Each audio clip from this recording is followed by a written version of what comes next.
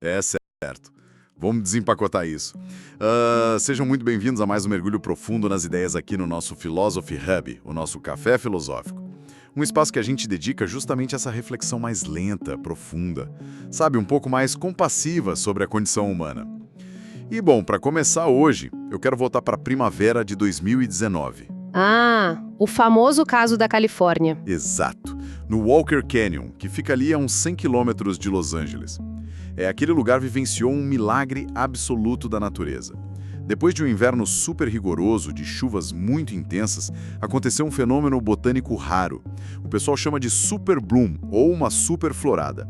As encostas do cânion, que normalmente são super áridas, amanheceram cobertas por um tapete infinito de papoulas alaranjadas. Era uma visão assim de tirar o fôlego. Um espetáculo imponente e silencioso. E que durou pouquíssimo tempo, né? Nossa, muito pouco. O que aconteceu foi que uma influenciadora digital que tinha lá centenas de milhares de seguidores foi até o local. Ela encontrou o ângulo perfeito, sentou no meio daquele mar laranja e postou uma selfie estonteante. Em questão de horas mesmo, a imagem viralizou. E o que era um milagre pacífico virou um cenário de destruição total. Os moradores locais até apelidaram o evento de Flower Mageddon. Tipo um Armagedon de flores. É uma imagem muito forte porque multidões incontroláveis simplesmente marcharam para o cânion, não é? Sim, marcharam e destruíram tudo. A vegetação delicada foi pisoteada, esmagada, formaram engarrafamentos quilométricos nas estradas, montanhas de lixo. A polícia precisou intervir porque teve até acidente no meio do caos.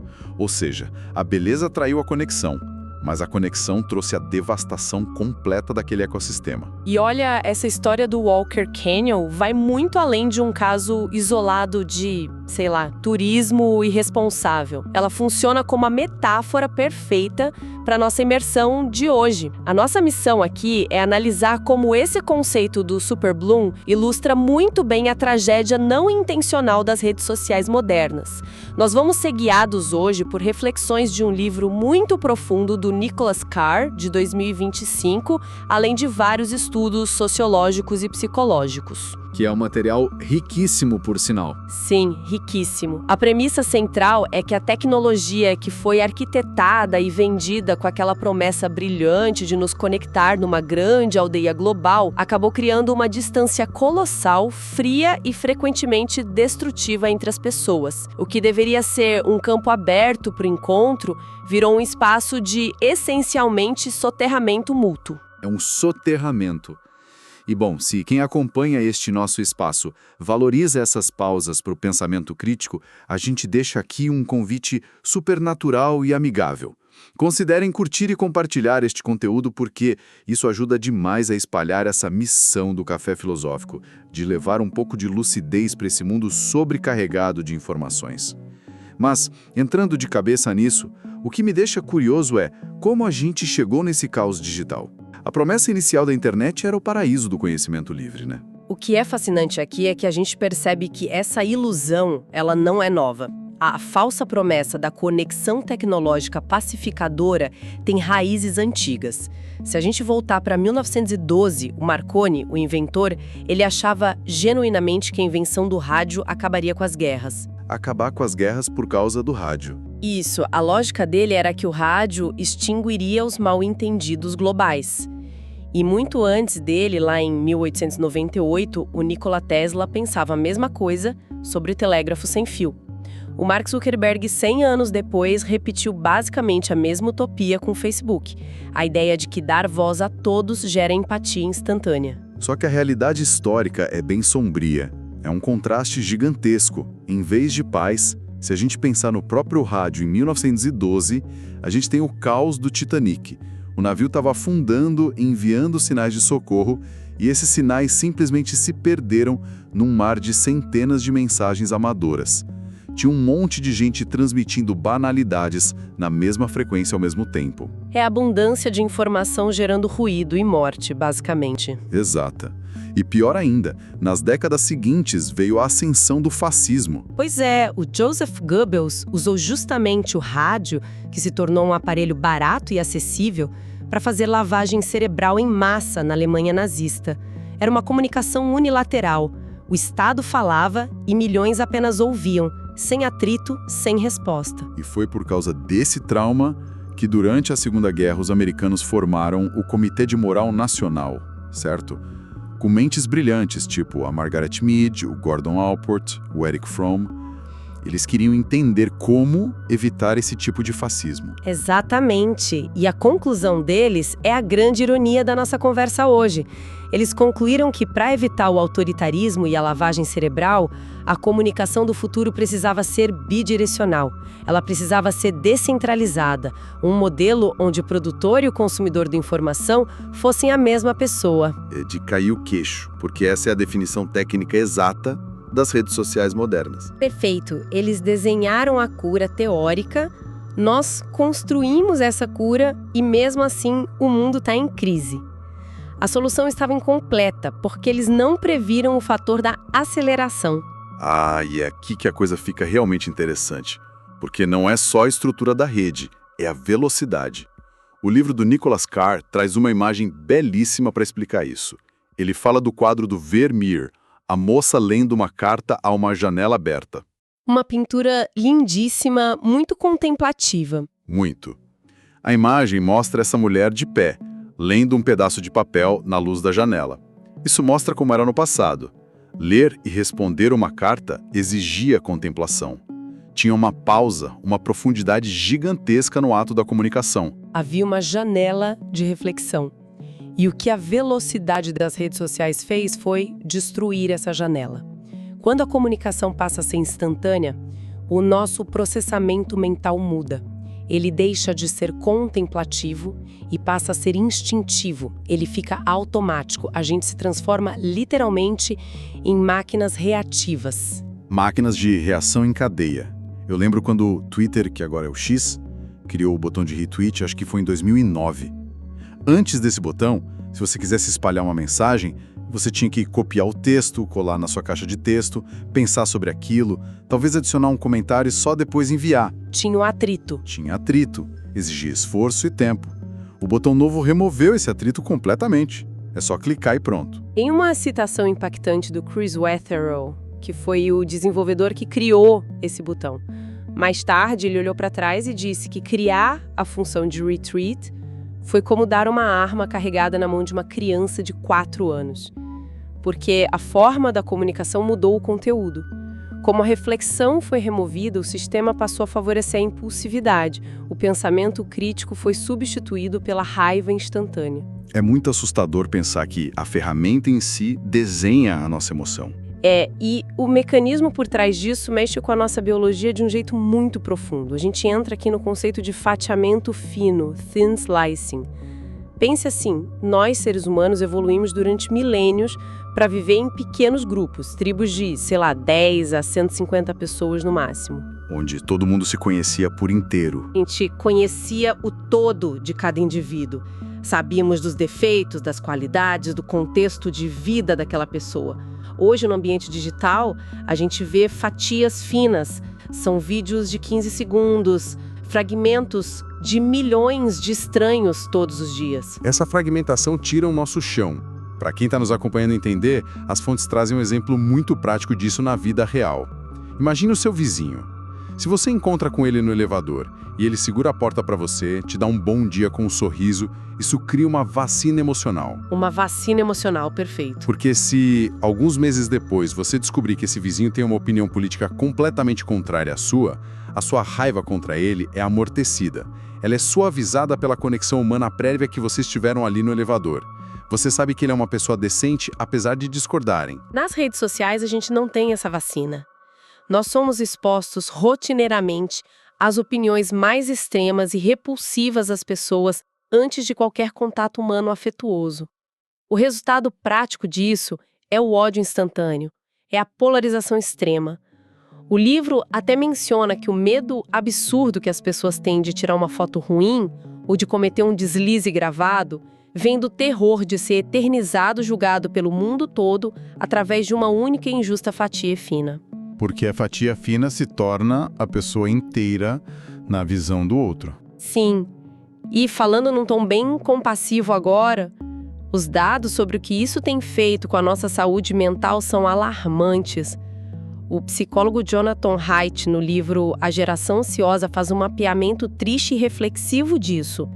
Ele mostra como, a partir de 2012, que foi o ano em que as redes sociais se popularizaram massivamente dentro dos smartphones, houve um salto, assim, exponencial na perda de sono, nas taxas de depressão e ansiedade, e isso afetou especialmente meninas adolescentes. Porque elas passaram a carregar o julgamento dessa aldeia global tóxica no bolso o tempo todo. Exato, não havia mais refúgio. O quarto de dormir deixou de ser um lugar seguro. Isso afeta a gente num nível orgânico, físico mesmo. Eu fiquei perplexo com um caso citado nas fontes.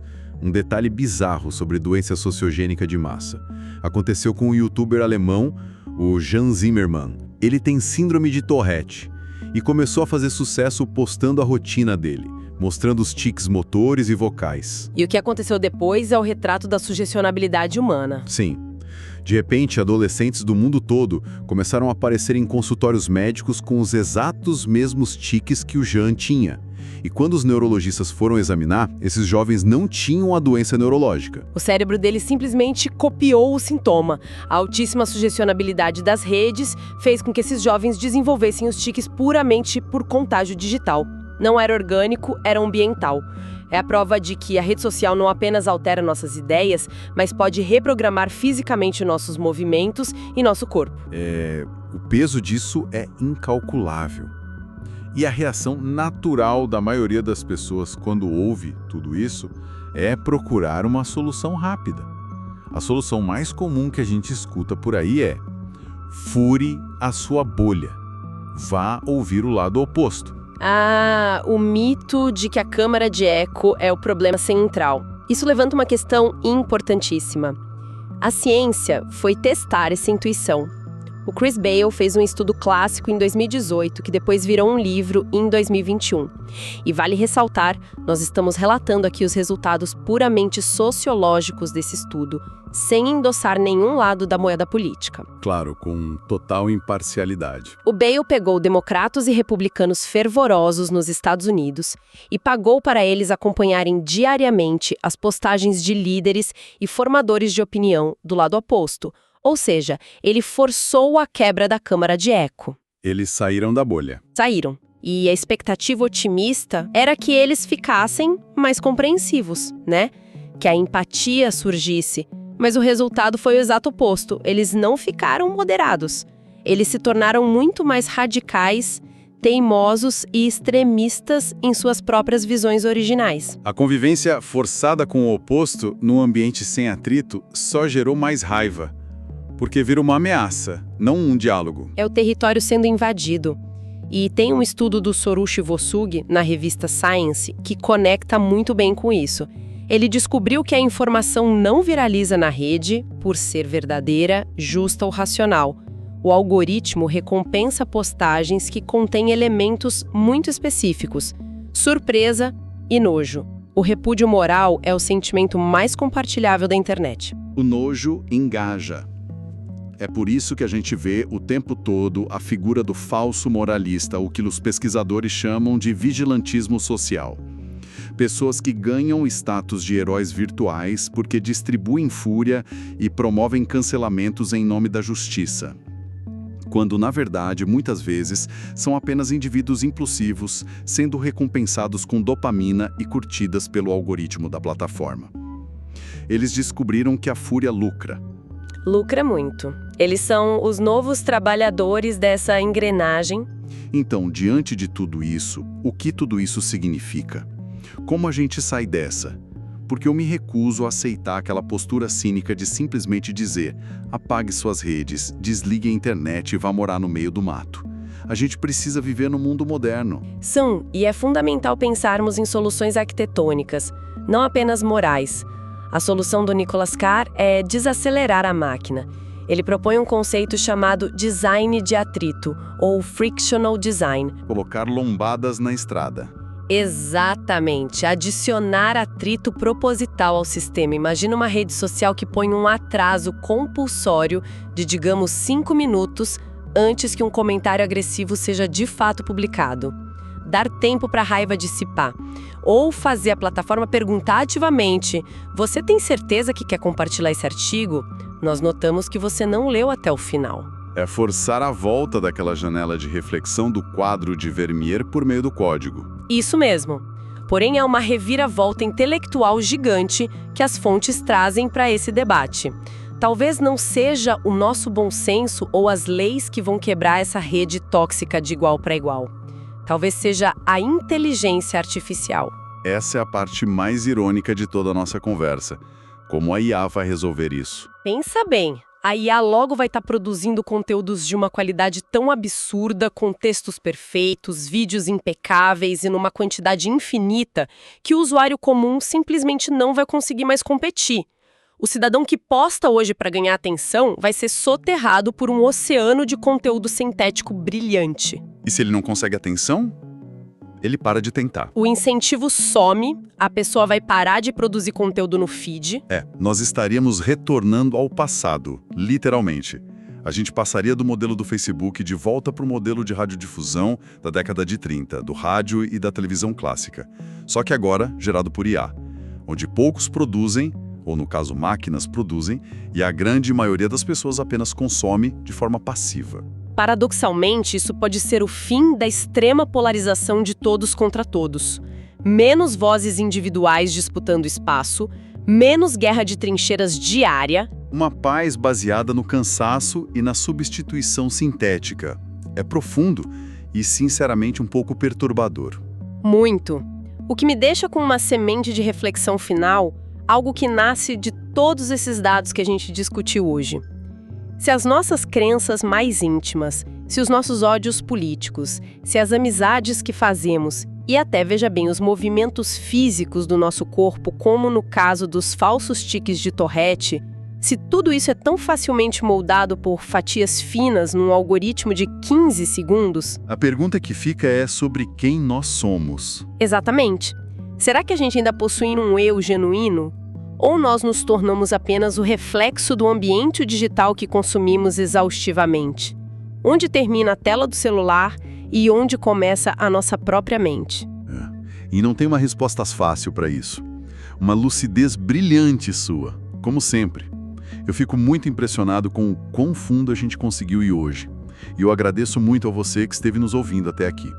Essa pausa para o pensamento crítico é, de verdade, o coração do nosso Philosophy Hub, do nosso Café Filosófico. Obrigada pela companhia de todos. Eu que agradeço. E, novamente, convido todo mundo de forma muito gentil a fortalecer essa comunidade de mentes inquietas curtindo e compartilhando a sessão de hoje. A gente se despede por aqui com muito entusiasmo e com a promessa de novos mergulhos nesse oceano do conhecimento. Um abraço e até a próxima.